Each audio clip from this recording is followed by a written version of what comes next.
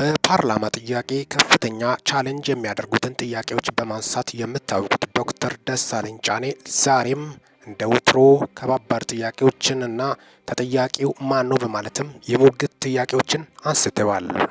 በኢህአዴግ ጊዜ ይደረግ እንደነበረው ሁሉ ፍርድ ቤት በተደጋጋሚ ይመላለሳሉ። ፍትህ ግን እንደ ሰማይ ያርቋቸዋል።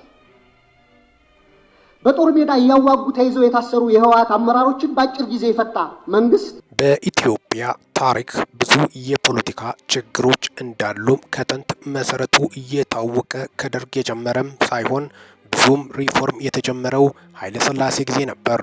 ምክንያቱም ወጣቶች ተደራጅቶ መንግስትን መቃወም፣ መፈንቅለ መንግስት ማድረግ የመሳሰሉት ነገሮች። በደርግ ጊዜም እንደዚሁ አያሌ ቁጥር ያላቸው ወጣቶች ተደራጅቶ በአንድነትና በህብረት ተቃውሞ ሲያነሱ ቀይ ሽብር በመባል የተገደሉበት የማይረሳ ነው። ደርግ ካለፈ በኋላ በዛው ልክ ደግሞ እያደግ ከመጣም በኋላ ተቃውሞ አልጠፋም።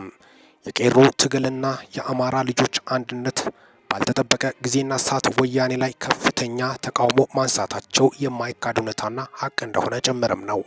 በርካታ ኢትዮጵያኖችም በዚሁ ላይ በተለይ ስር ያለው እንደ ቅጠል የረገፈበት ሁኔታም ነው። በትግሉ ዙሪያ አሁንም ኢትዮጵያ ላይ ያልተፈቱ ችግሮች አሉ። ችግሩ ከስር መሰረቱ ከማን ይሆን? በተለይ በየሰፈሩም ይሁን በየቦታው በአሁኑ ሰዓት ታጣቂዎች ይንቀሳቀሳሉ፣ ንጹሃኖችም ይሞታሉ። ይህ የአደባባይ ሀቅ ነው። ታዲያ ስለዚህ ሁላ ማነው ተጠያቂ በማለት ነው በርካቶቹ ጥያቄዎችን እያነሱ ያሉት። ታዲያስ ጠቅላይ ሚኒስትር ዶክተር አብይ አህመድ ወደ ስልጣን ከመጡበት ጊዜና ሰዓት ጀምረው ብዙ ፈተናዎችና ተግዳራቶች ኢትዮጵያ ውስጥ ሲሰሙም በዛው ልክ ደግሞ መልካም በከፊል ሲሰማም በርካቶቹ የሚያደንቁትም አሉ። ታዲያ ለዚህ ሁላ ተጠያቂ ማን ነው? ፓርቲ ወይስ ስር ያለው አንዳንድ ችግር ፈጣሪ ቡድን በማለትም ነው። ታዲያስ በዚሁ ልክ አንዳንዶቹ በተለይ ጠቅላይ ሚኒስትሩ ላይ አይደለም በማለትም ችግሩ ከጠቅላይ ሚኒስትሩ ሳይሆን ከካድሬዎች ነው ይላሉ። ሌላኞቹ ደግሞ ጠቅላይ ሚኒስትሩም ካድሬዎችም ችግር አለባቸው ይላሉ። በሌላ በኩል ደግሞ ጠቅላዩም ካድሬዎችም ምንም ችግር የላቸውም፣ በተለይ ስር ያሉት ታጣቂ ቡድኖች ናቸው ችግር እየፈጠሩ ያሉት በማለትም ሲሞግቱም ይስተዋላል። ብልጽግናን እስከ ወዲያኛው የሚደግፉት በዛው ልክ ደግሞ የሚቃወሙትም እንዳልጠፉ ጭምርም የአደባባይ መረጃዎችና እውነታዎች እንደሆኑ ጭምርም በተለይ አቶ ክርስቲያን ታደለ ይህን በማንሳት ከዚህ በፊት የአብን ፓርቲን በመወከል በተለይ የምክር ቤቱ አፈ ጉባኤ አባላት ውስጥ አንዱ ነበሩ። ታዲያ እሳቸው ጥያቄ ሲጠይቁ ነበር። በተለይ ደግሞ ጠቅላይ ሚኒስትሩ ለምን ስልጣን አይለቁም በማለትም ግልጽ ጠይቆ ነበር። አቶ ክርስቲያን ታደለ ሁሌ ጠቅላይን በመወገት የሚታወቁ ፖለቲከኛ ነበሩ፣ ከአብን ፓርቲ የወጡትና የተገኙት። ታዲያስ በዛው ልክ ደግሞ አንዱ ዶክተር ደሳለኝ ጫኔ ናቸው። ሁለቱም የአንድ አይነት አቋም የፖለቲካ አቋም እንደሚያራምዱ ጭምርም ነው። ታዲያስ አቶ ክርስቲያን ታደለ በዋነኝነት የታሰሩበት ፋኖና በመንግስት መካከል የተነሳ ያለመግባባት በዛ ዙሪያ አቶ ክርስቲያን ታደለ በማህበራዊ ሚዲያ ጦርነትን አውጇል፣ ጦርነትን ደግፏል በሚል ነበር የታሰሩት። ከዛም በፌደራል ጸጥታ ኃይሎች ነበር የተወሰዱት። ከዛ በኋላም ደግሞ ዶክተር ደሳለኝ ጫኔ ፓርላማ ላይ ሞግት ያቀርቡ ነበር። እሳቸውም ኋላ ታሰሩ። ከታሰሩ በኋላ ወራት ከታሰሩ በኋላ እሳቸው ተፈቱ። አቶ ክርስቲያን ታደለና የአማራ ፖለቲከኞች በርካቶቹ ከዚህ በፊት የነበሩት እስካሁን ድረስ አልተፈቱም፣ ከሳቸው ቀድሞ የገቡት። ታዲያስ አቶ ክርስቲያን ታደለ በቅርቡ ቀዶ ጥገና ማድረጋቸው የሚታወስ ነው። በዛው ልክ ደግሞ የብልጽግና አባል የነበሩት አቶ ዮሐንስ ቧያሉም ቀዶ ጥገና የአንጀት ማድረጋቸው የሚታወስ ነው። ታዲያ የሆድ ድርቀት በሚል በተያዘ እንደሆነ ጭምርም የአደባባይ መረጃዎችና እውነታዎች ናቸው።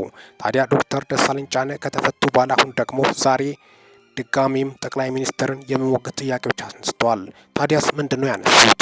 እያደግን ከምን ተሻለ ይህ ብልጽግና መንግስት በማለትም ነው።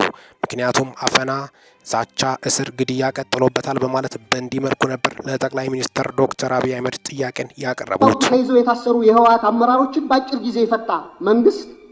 በገዢው ፓርቲ አሰራሮች ላይ የሰላ ትችት የሚሰነዝሩ አማራዎችን ይህን ያህል ጊዜ ያለ ፍርድ ማሰር የገዢውን ፓርቲ አባላት ጠር ፖሊሲዎች በግላጭ የሚያሳይ። ዶክተር ደሳለኝ ጫኔ እንደ ወትሮ በሞግት የምታወቁት ዛሬ በከፍተኛ ቁጣ እንደገለጹ ጭምርም ሀሳባቸውን ለጠቅላይ ሚኒስትሩ እንዳቀረቡት ጭምርም ነው። ጠቅላይ ሚኒስትር አብይ አህመድን በከፍተኛ ሁኔታ ነበር ብዙ ጥያቄዎችን በፓርላማው ላይ ዛሬ የጠየቁት። ታዲያስ ምንድነው እየተፈጠረ ያለው? ዶክተር ደሳለኝ ጫኔ ብዙ ነው ያነሱት። በተለይ የአማራ ፖለቲከኛ የታሰሩት ዙሪያ እስካሁን ድረስ ማጎሪያ ሆኖ እየተሰቃዩ ነው በማለትም ነው ጥያቄን ያቀረቡት። በተለይ አዋሽ አርባና በተለያዩ የሀገሪቱ ክፍሎች ላይ በከፍተኛ ሁኔታ በርካቶቹ ታስሮ የሚገኙትን በማስመልከት አቶ ክርስቲያን ታደለን በዚህ መልኩ ነበር ሀሳባቸውን የገለጹት። አቶ ክርስቲያን ታደለ ታስሮ ነው ያሉት እና የአማራ ፖለቲከኞች ዋነኞቹ ታስሮ ያሉበት ሁኔታ ነው። ለምንድን ነው የማይፈቱት? እስከ መቼ ነው ፊቲ የማያገኙት? እርሶስ የሉበትም? በማለትም ነው ዶክተር ደሳለኝ ጫኔ ጥያቄ ያቀረቡት። ስደት፣ እስራት እና አለፍ ሲልም እገታና አስገድዶ መሰወር ይደርስባቸዋል ይላል ሪፖርቱ።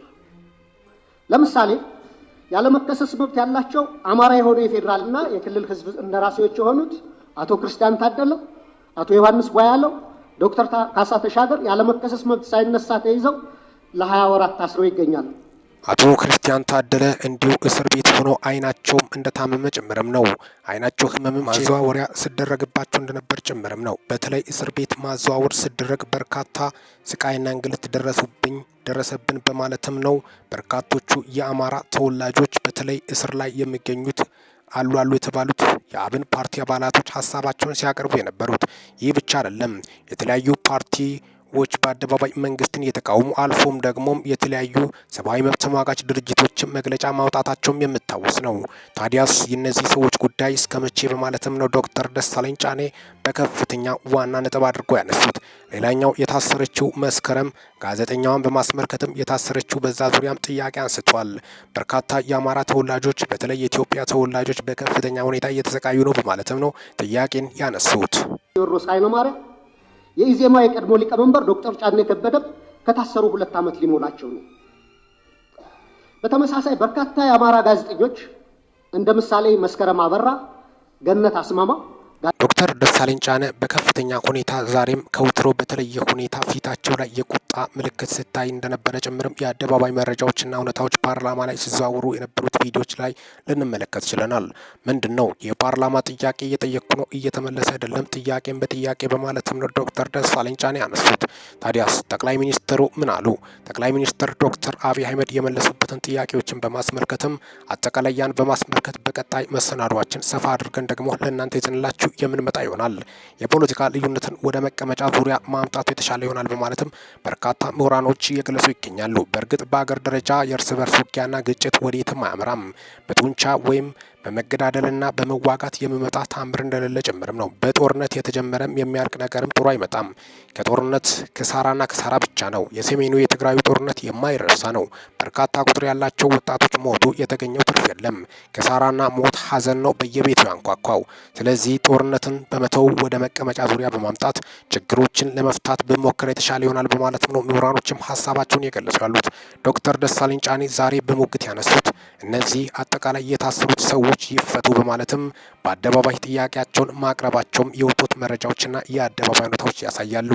ለማህበራዊ ሚዲያ ያን ያህል እሳቸው ወጥቶ በመጻፍና በመወሰድ ባይታወቁም በፓርላማ ደረጃ በጣም የታወቁት በጣም ጥያቄዎችን በማቅረብና በተለይ መንግስትን የሚወግት ጥያቄዎችን በማቅረብ እየታወቁ እንደሆኑ ጭምርም የአደባባይ ሁኔታዎችና መረጃዎችን በማስመልከት ዶክተር ደሳለኝ ጫኔ ፓርላማ ላይ ምን እንዳቀረቡ ጭምርም ዛሬ ዋናና ሊደመጥ የሚገቡ መረጃዎችን በማስመልከትም ዋና ነጥቦች ላይ ነው ለእናንተ ይዘንላቸው መጣ ነው። አጠቃላይ ያን በማስመልከትም ነው ለእናንተ ይዘንላቸው መጣ ነው። ክቡራትና ክቡራን ዩቲዩብ አድማጮቼ እስካሁን ድረስ አብሬያቸው ቆየሁት። ሚኪ ነኝ። ሚኪ ታቦር ኢንፎ ለወቅታዊና ታማኒ መረጃ ሰብስክራይብ በማድረግ ቤተሰብ ይሁኑ። ሰላም ቆዩልኝ።